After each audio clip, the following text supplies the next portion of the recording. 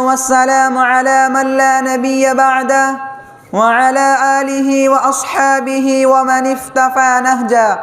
أما بعد، قال الله تعالى: أعوذ بالله من الشيطان الرجيم. بسم الله الرحمن الرحيم.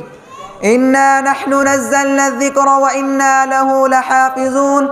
صدق اللہ العظیم. دنیا کی کتابوں میں قرآن چمکتا ہے، دنیا کی کتابوں میں قرآن چمکتا ہے، قرآن میں اللہ کا فرمان چمکتا ہے. عادت بنا لے جو تلاوت قرآن کی، عادت بنا لے جو تلاوت قرآن کی، اللہ کی نظروں میں وہ انسان چمکتا ہے.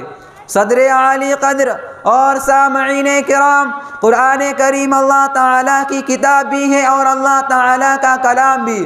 قرآن کریم دین اسلام کی مقدس و مرکزی کتاب ہے، اور اس روئے زمین پر اگر کوئی کتاب ایسی ہے جس کا ورق ورق روشن اور لفظ لفظ ہدایت کا سرچشمہ ہے تو وہ صرف اور صرف قرآن کریم ہے.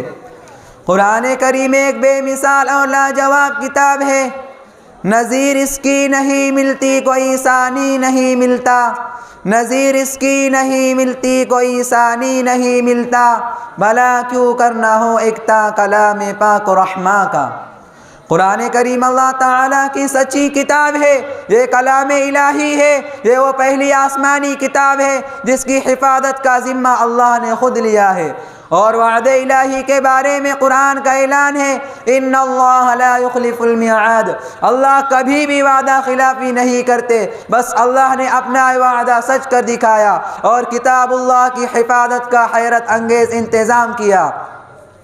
اس طور پر کہ اس کے الفاظ بھی محفوظ، اس کے معنی بھی محفوظ، اس کا رسم الخط بھی محفوظ، اس کی زبان بھی محفوظ، اس کا ماحول بھی محفوظ، اور جس عظیم ہستی پر اس کا نزول ہوا اس کی سیرت بھی محفوظ، اور اس کے اولین و مخاطبین کی زندگیاں بھی محفوظ.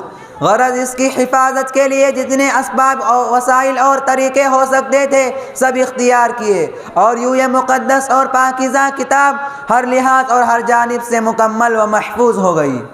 الحمدللہ آج تقریباً 1450 سال کا عرصہ گزرنے کے بعد بھی اس میں رتی برابر بھی تغیر و تبدل نہ ہو سکا. لاکھ کوششیں کی گئی مگر کوئی ایک کوشش کارگر ثابت نہ ہو سکی اور نہ قیامت تک ہو سکتی ہے.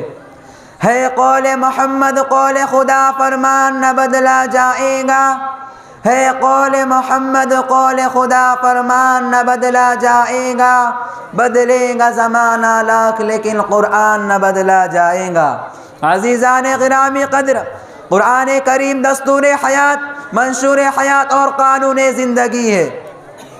قرآن مقدس فقط مسجد و مدرسے کی کتاب نہیں ہے، یہ گھروں کی کتاب ہے، یہ سماج کی کتاب ہے، یہ سوسائٹی کی کتاب ہے، یہ اسکولوں یہ بازاروں اور مالوں کی کتاب ہے، یہ فیکٹریوں کمپنیوں اور کارخانوں کی کتاب ہے، یہ اسکولوں کالج کی کتاب ہے، یہ سیاسی ایوانوں کی کتاب ہے. خلاصہ یہ ہے کہ دنیا کے ہر شعبے کے لیے مکمل دستور حیات ہے.